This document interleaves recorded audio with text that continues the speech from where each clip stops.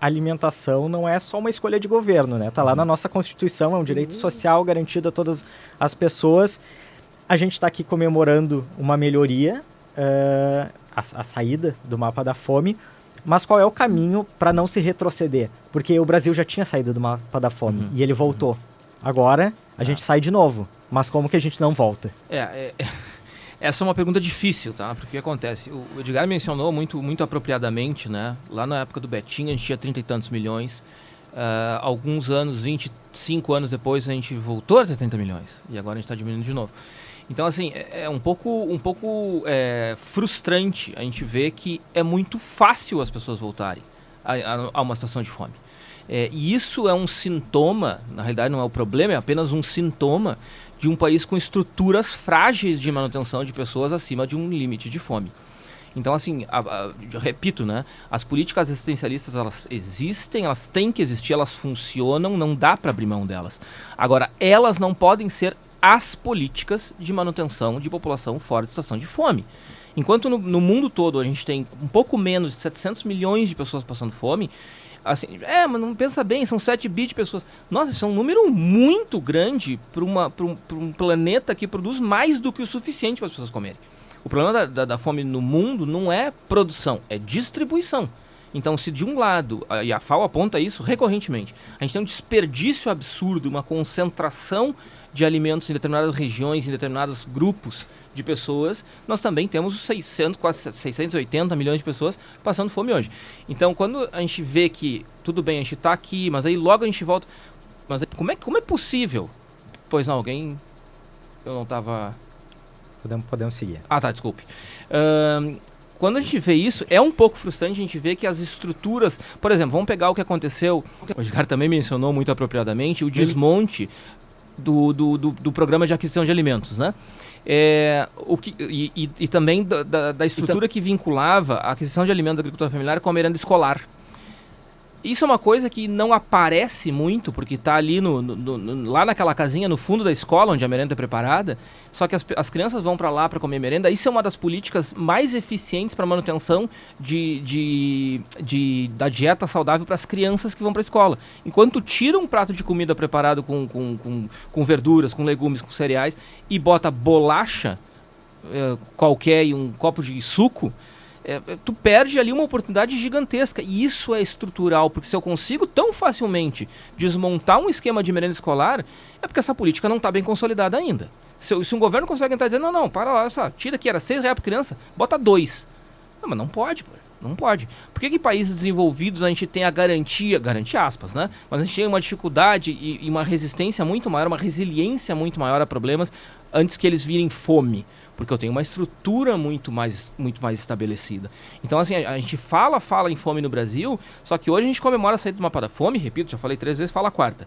Tem que comemorar. Mas nós também temos que olhar para a insegurança alimentar, que é algo mais complexo, para ultraprocessado. Cerca de 20% das calorias que a gente consome no Brasil hoje são de ultraprocessados, que é um péssimo alimento que contribui para a insegurança alimentar. Se eu estou tratando as pessoas na periferia com bolacha ultraprocessada, com suco, com não sei o que lá, eu não estou resolvendo o problema da insegurança alimentar. Eu estou dando uma distração alimentar para ela. Então eu preciso de algo estrutural. Isso passa por emprego, isso passa por situação econômica. Aí a receita é grande, né? Presidente Edgar, eu repasso para o senhor a mesma pergunta que fiz para o professor Eli. Como que faz para não retroceder? Nós temos que constituir políticas públicas que são permanentes, como é para a saúde, como é para a educação, que pode ser utilizar dependendo do governo que assume, mas são políticas bem consolidadas. A questão da fome é o básico, a questão da alimentação, aliás, é o básico. A gente não pode, num país como o nosso, que produz tanto, a gente vê ainda milhares e milhares de pessoas na insegurança, janta hoje, mas não sabe se no dia seguinte vai ter alimentação na sua mesa. A questão da agricultura, políticas públicas para garantir renda, viabilidade para quem produz é fundamental. Eu quero, Adriana, parabenizar especialmente as mulheres, porque tanto nas políticas que estão sendo elaboradas, executadas pela sociedade civil, como exemplo das cozinhas solidárias, como é a ONG que você dirige, elas são basicamente tocadas por mulheres. Então, Na chamada pública que a Conab fez agora, o último, em março de 25, para as cooperativas e associações ofertarem produtos para o PA, nós estabelecemos uma regra. Se não tiver 50% de participação das mulheres vendendo produtos, o sistema da Conab nem analisa os projetos das cooperativas. E nós tivemos, Adriana, 80% de quem ofertou alimentos para o PA são de mulheres trabalhadoras rurais. Então as mulheres... Eu ouvi um pouco... Pois não? Por favor, pode seguir. Então, se nós estamos hoje celebrando esta grande conquista, que no dia de ontem foi anunciado, o Brasil erradicou muito pela força das mulheres. E por isso que o presidente Lula colocou no Bolsa Família, o dono desse benefício, o nome de quem está, são das mães, porque no resumo, no final das contas, quem tem sempre a preocupação de botar comida na mesa para suas crianças, para os seus filhos, normalmente recai sobre a mãe, especialmente as mães solos. Então eu deixo aqui esta homenagem. Nós vamos continuar mobilizando, vou dar alguns dados aqui do tamanho, do alcance do programa de aquisição de alimentos da Conab. Nós mobilizamos 132 milhões de quilos de alimentos que já foram comprados e distribuídos. Nós formamos uma rede de cooperativas e associações, 5.700 que a Conab, o PA da Conab só compra das cooperativas e associações, obviamente junto com os seus associados.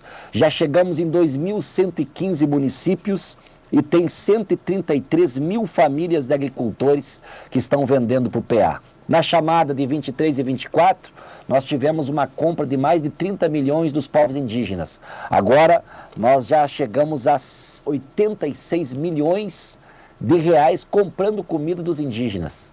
Dos quilombolas, que eram 60 milhões, passou para 143 milhões esse ano. Então, todos os mais pobres do campo também são inseridos em políticas públicas como essa, como 70% ou mais da alimentação do povo brasileiro para o nosso consumo interno vem da agricultura familiar. Fortalecer esse setor com políticas públicas também, ele é fundamental. Então, acho que é a constituição de políticas públicas que não dependam da troca de um governante para voltar ou não um país como o nosso no mapa da fome. Nós vamos trabalhar para isso, consolidar políticas públicas que nenhum outro possa vir no futuro, possa desmantelar políticas públicas tão importantes e permitir que um país como o nosso volte para o mapa da fome.